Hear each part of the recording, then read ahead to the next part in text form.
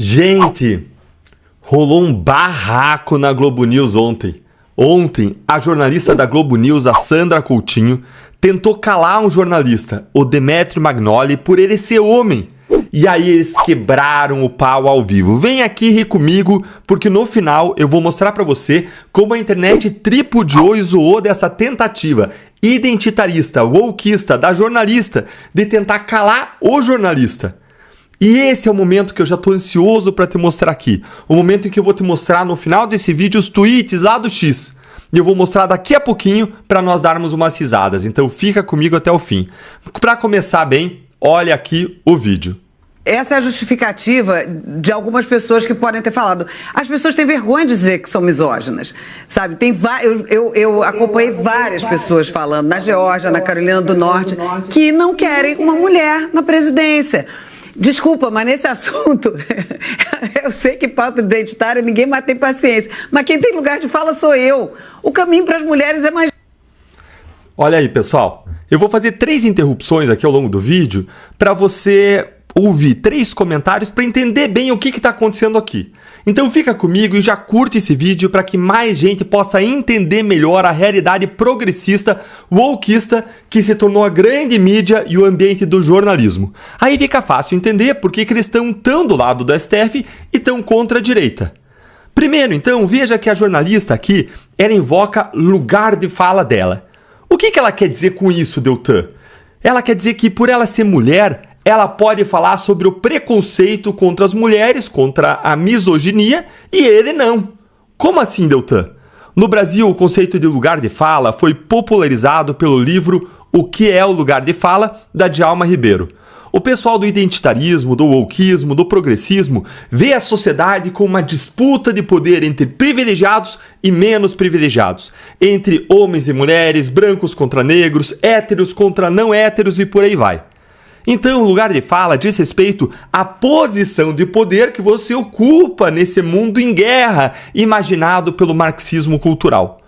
O começo da ideia de lugar de fala faz um pouco de sentido, mas depois ela descamba totalmente para o autoritarismo. Vamos ver o começo? Olha só, a Djalma Ribeiro diz que, eu separei aqui para vocês, aspas, a Djalma Ribeiro diz que o lugar que nós ocupamos socialmente nos faz ter experiências distintas e outras perspectivas.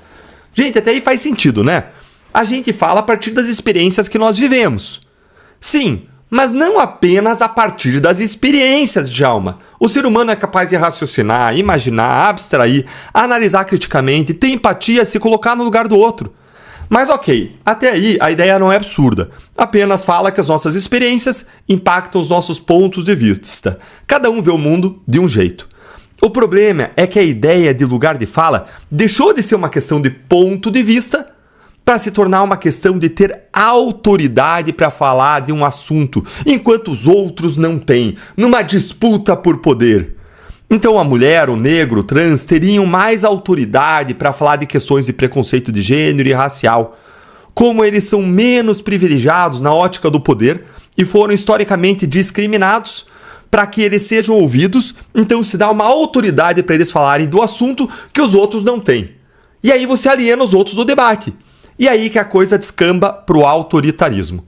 Como disse a deputada Ana Campanholo, ela disse, lugar de fala é só uma justificativa para invalidar a opinião alheia.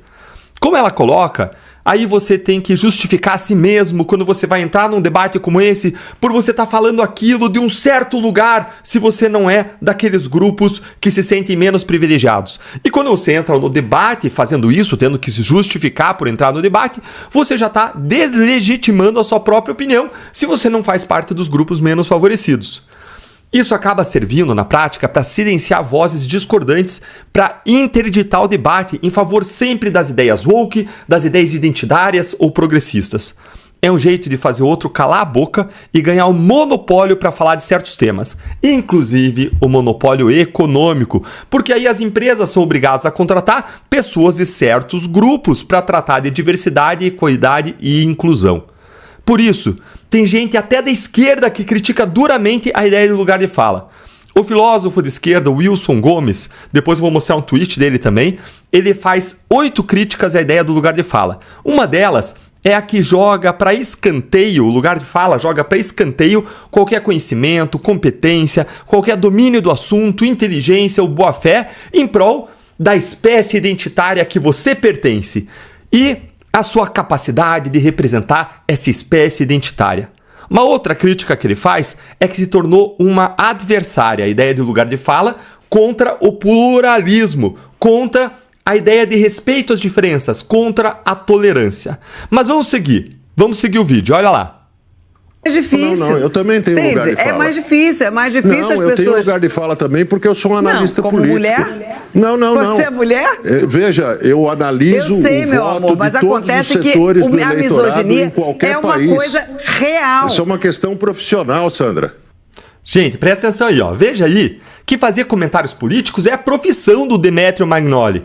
Agora, ele não pode mais falar quando a política é uma mulher? Quando a pessoa sobre quem ele está falando é uma mulher? Aí ele não pode mais fazer comentário, mesmo sendo esse o trabalho dele? É isso mesmo? Gente, isso é ridículo. Vejam como a Sandra quer impor aqui uma proibição. Ela quer interditar o discurso jogando um coringa na mesa, uma carta na mesa que é um coringa. Eu sou mulher. Um outro pensador de esquerda que critica muito o identitarismo woke, que é esse aqui, ó, o Mark Lilla, nesse livro aqui que vale muito a pena ler, ele fala que quando se invoca o lugar de fala, o ganhador do argumento é quem invoca uma identidade moralmente superior e manifesta um maior ultraje ao ser questionado. Então, vai ganhar discussão quem invoca tenho uma identidade superior, sou negro, sou mulher, sou trans e mostra ultraje. Como assim? Que absurdo, você tá me questionando. Eu tô falando a partir do meu lugar de fala e joga o coringa na mesa. É exatamente o que está acontecendo aí. Eu tirei aqui uma citação do Mark Lilla, olha só. What replaces argument then is taboo. Na página 91 aqui do The Once and Future Liberal. What replaces argument then is taboo. O que ele está dizendo aqui? Ele está dizendo que o tabu, a proibição de falar nessa discussão wokeista, substitui o argumento. E assim fica fácil ganhar, né? Eu acho isso, eu entendo isso porque eu tô no lugar de fala e você não pode dar opinião porque você é homem. A gente tá tratando aqui de misoginia. Gente, isso é ridículo. Mas segue lá, acompanha o vídeo ainda que tem mais. Piora. Eu faço análise política de todos os setores do eleitorado em países diferentes. Mas você está mansplaining para mim, né? Essa é uma questão profissional. Dizer como Se você mulher, diz que curioso, eu não posso analisar... Gente, aqui ela largou outra carta na mesa. Ela disse, você tá mansplaining. Hã? O que é isso aí, Deltan? O que é esse tal de mansplaining que ela tá falando? O pessoal de esquerda chama isso também de macho palestrinha. Vem aí de man, homem, né? E explaining, explicando. Você junta os dois, dá mansplaining, um homem explicando. O mansplaining aconteceria quando um homem fica explicando algo para uma mulher sem tomar em conta que ela sabe sobre aquilo e talvez até saiba mais do que ele. Mas, gente, isso acontece com todo mundo. Várias pessoas já quiseram me explicar coisa que eu já sabia. Esse termo aí foi inspirado num artigo da Rebecca Solnit de 2008, depois essa palavra, mansplaining, se tornou uma das palavras do ano do jornal progressista New York Times, lá em 2010, e então foi alvo de um livro da Rebecca lá de 2014. E esse livro dela se chamava Men Explain Things to Me. Esse foi o livro dela lá de 2014. Contudo, muita gente passou a criticar o uso desse termo aí, mansplaining, tá? Por quê? Porque ele vem sendo usado para simplesmente calar a boca dos homens, para silenciar o debate, para criticar em qualquer momento um homem que esteja dizendo algo para uma mulher, como uma espécie daquilo que eles chamam em debate e argumentação de argumento ad hominem. O que é isso? É um argumento que você faz não sobre o tópico da conversa, não sobre o assunto, mas contra a pessoa física que está falando. Isso é considerado uma das falácias argumentativas. É como quando você xinga o seu oponente, o seu adversário. Você então está deslocando a discussão do assunto para querer atacar a pessoa. E isso mansplaining na prática isso. Você está jogando uma carta mansplaining, você está fazendo mansplaining. Tem gente que chega a dizer que essa criação desses termos, mansplaining, mansrupting, que é quando o homem interrompe a mulher, reflete aí uma misandria, que é o oposto de misoginia e significa, na verdade, um preconceito ou desprezo contra homens. Mas vamos seguir lá o vídeo, vamos agora até o final do vídeo para você ver o resto aqui e a gente encerrar a discussão e eu te mostrar os comentários que rolaram na internet. O comportamento de parte do eleitorado. Não disse isso. Naquele país, não foi isso que eu disse. Você está proibindo que eu exerça a minha profissão. Você está torcendo minhas palavras. Não foi isso que eu disse. Não. De jeito nenhum. Sim. De jeito nenhum. Eu não estou de jeito nenhum dizendo isso. Eu estou te dizendo... Se você entendeu dessa forma, eu tenho também o direito de explicar. O que eu estou querendo dizer é que a minha experiência de vida me mostra que é mais... Olha lá, invocando experiência de vida. Meu lugar de fala, minha experiência de vida. É difícil a gente conseguir o que quer que seja pelo fato de ser mulher. Eu acho que as pautas identitárias hoje que cresceram muito, com razão absoluta, são racismo, LGBTQIA+, fobia, mas a questão feminina não está resolvida, Demétrio. As mulheres continuam ganhando 30% a menos do que os homens em mesmas funções e por aí vai. Você está me interrompendo, você está fazendo uma coisa feia que se chama mansplaining. Deixa eu terminar de falar. Eu estou apenas querendo te dizer que além de a questão... Além de ter a questão econômica, que eu acho, inclusive, que é feio você rir debochadamente. Eu não faço isso com você, Demétrio. Tenho respeito pela sua opinião. Eu fiz uma brincadeira sobre o lugar de fala e eu acho que é importante a gente entender que não se trata de mimimi. Muita gente fala que é a questão econômica, parará, mas a questão também conta a questão dela ser mulher. Porque... Gente, olha aí então, percebam que a Sandra, ela tá usando a condição feminina dela para interditar o debate. É claro que a visão de mundo, a experiência dela é relevante, mas não pode silenciar a pessoa que está debatendo com ela. Ela não pode usar isso como uma carta na mesa para calar o oponente no debate. Discriminação contra mulheres e contra quem quer que seja é errada. Não pode acontecer. Mas a que está acontecendo aqui nesse vídeo é a inversa. É a opinião dele que está sendo detonada ou interditada por ele ser homem. E isso é igualmente errado. Mas enfim, agora vamos aqui ao momento mais esperado. Vamos ver o que o pessoal falou sobre isso? Vamos ver o que a internet falou sobre isso? Dá uma olhadinha aqui, ó. Vamos começar com a própria Renata Barreto, de onde eu tirei aqui o vídeo. Olha só, Renata Barreto, uma mulher aí, ó, dizendo: imagina trabalhar com um ser insuportável desses que, além de toda soberba, quer ser tratada diferente apenas por ser mulher. Na cabeça dela, ela pode falar o que quiser, do jeito que quiser, e o colega não pode responder ou revidar no meio de uma discussão, porque senão vira mansplaining, maninterrupting.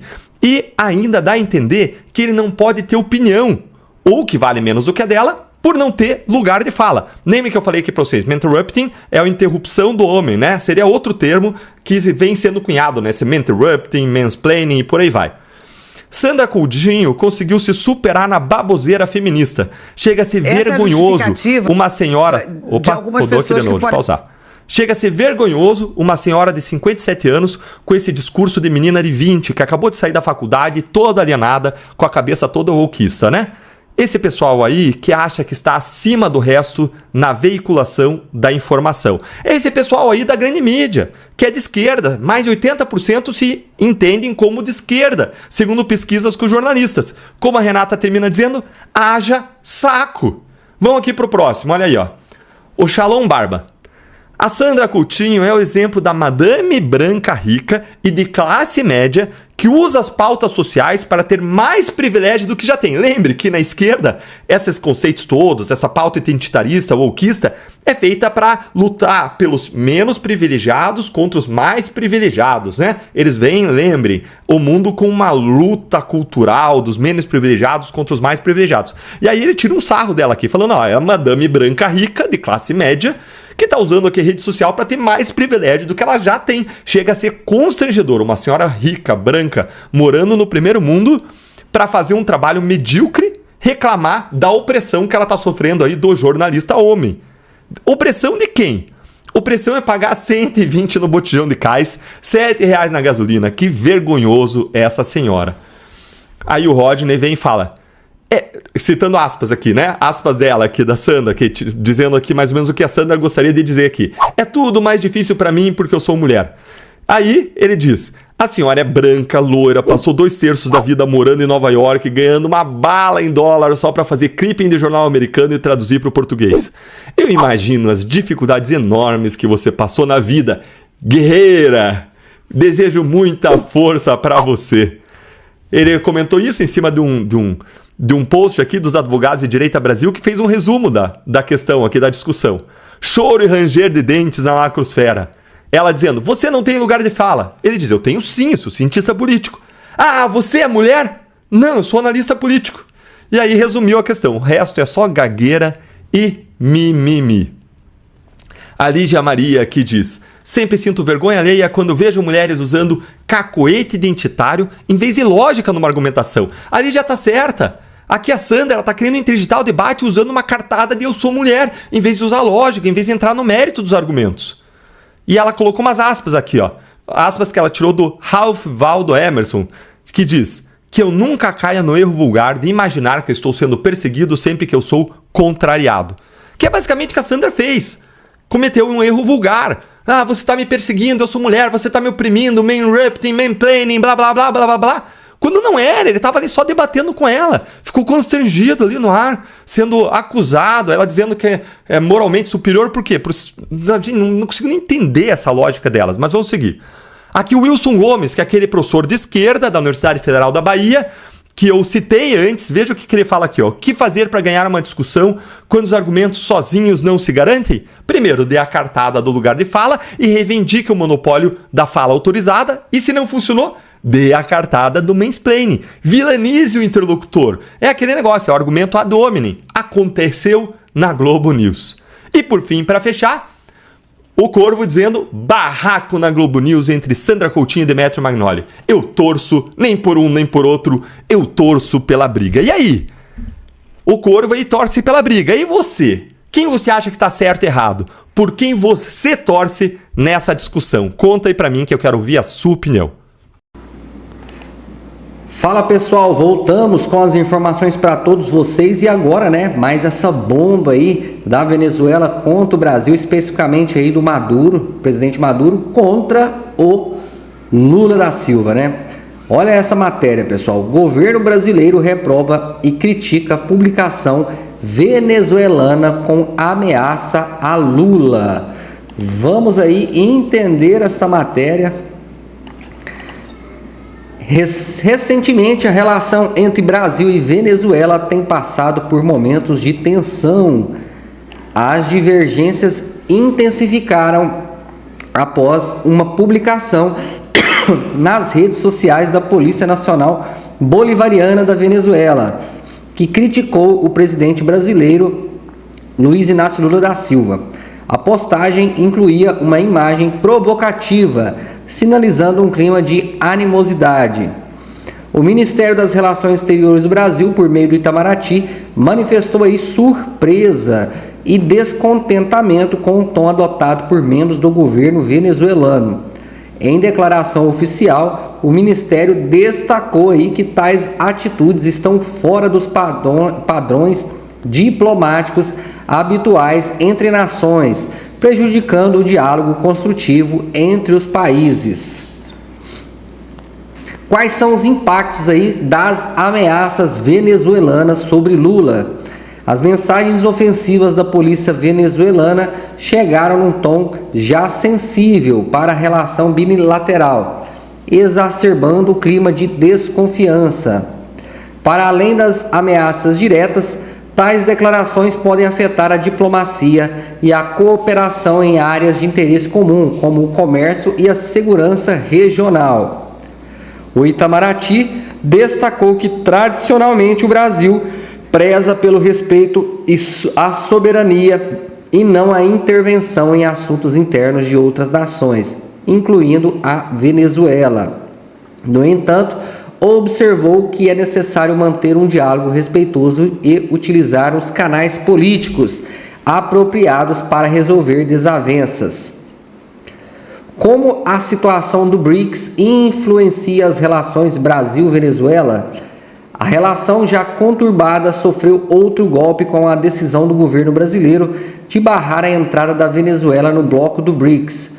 Apesar do forte lobby de Nicolás Maduro, junto às potências como Rússia e China, a diplomacia brasileira expressou reservas, influenciada pelas dúvidas sobre a legitimidade do processo eleitoral venezuelano. O veto irritou o governo de Maduro, que pediu esclarecimentos e realinhamento de seu representante diplomático em Brasília. Conforme declarado pelo assessor especial da presidência para assuntos internacionais, Celso Amorim, a confiança entre os países se abalou devido à recusa de Maduro em realizar eleições livres. As tensões entre Brasil e Venezuela levantam questões sobre o futuro das relações da América Latina e as estratégias diplomáticas ao lidar com governos de natureza autoritária. O cenário exige cuidados diplomáticos, ponderação política e respeito mútuo, fundamentais para a condução de relações internacionais positivas. Meus amigos, depois aí que o Maduro aí, depois dessas eleições da Venezuela, aí escondeu as atas, não quis fazer uma eleição limpa na Venezuela, o Lula, né, foi pressionado aí pelo mundo todo, principalmente aqui no Brasil, para ficar contra Maduro, né? Até porque as eleições não foram limpas na Venezuela. E por conta disso houve esse conflito aí entre Maduro e o Lula. Então eles estão aí trocando farpas, sempre tem uma discussão entre eles. E agora, né, o Brasil aí tentando ali jogar para escanteio aí a Venezuela e Nicolás Maduro dando o recado, um duro golpe aí no presidente Lula, né, que era seu best, né, seu melhor amigo aí, né? E agora com essa reprovação, com essas brigas aí públicas entre Lula e Nicolás Maduro. Vai colocando aqui nos comentários a sua opinião referente a este tema, que eu quero saber de você aí que está do outro lado nos assistindo. Pessoal, vou ficando por aqui, espero que vocês tenham gostado desse vídeo. Um forte abraço, te espero no próximo vídeo.